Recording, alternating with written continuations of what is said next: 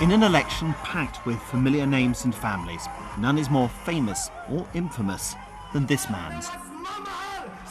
And his mother, Imelda Marcos, at 86, still looking every bit the star of the show. Ferdinand Marcos Jr., known as Bong Bong, leads the polls for the vice president's job. Within a decade, a Marcos might once again run this country. His father was overthrown in the first ever People Power uprising 30 years ago. With his wife, he was viewed then as a byword for greed and tyranny. Senator, how are you? Can I just ask you a question? But his son seems unfazed by the family's controversial history. How much of a problem your father's reputation has been for your campaign? It has been a huge boost for my campaign. You don't feel it weighs you down at all? You feel it helps Oh, you? quite the contrary. Quite the contrary.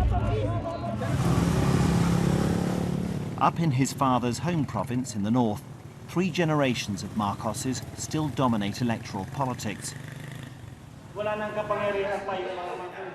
And a museum glorifying the former dictator's life and achievements has become a popular attraction for Filipinos.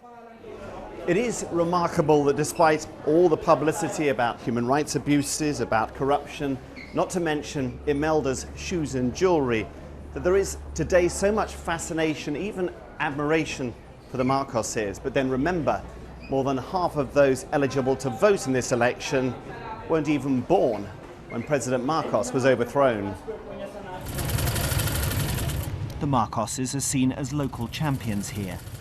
They've run the province well, people say. If I could vote 10 times for him, I would, said this tailor. It is a sentiment shared by a surprisingly large number of Filipinos these days, but not by this man. I was tortured for over a week, then put in isolation for 9 months.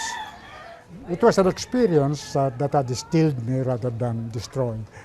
A lot of my colleagues are upset. A lot of the families of the victims of martial law, human rights violations are upset. Do Filipinos have short memories? Or is it that after 30 years of a democracy which has delivered little to most of them, they're ready to give the Marcos family another crack at the whip? Jonathan Head, BBC News, Manila.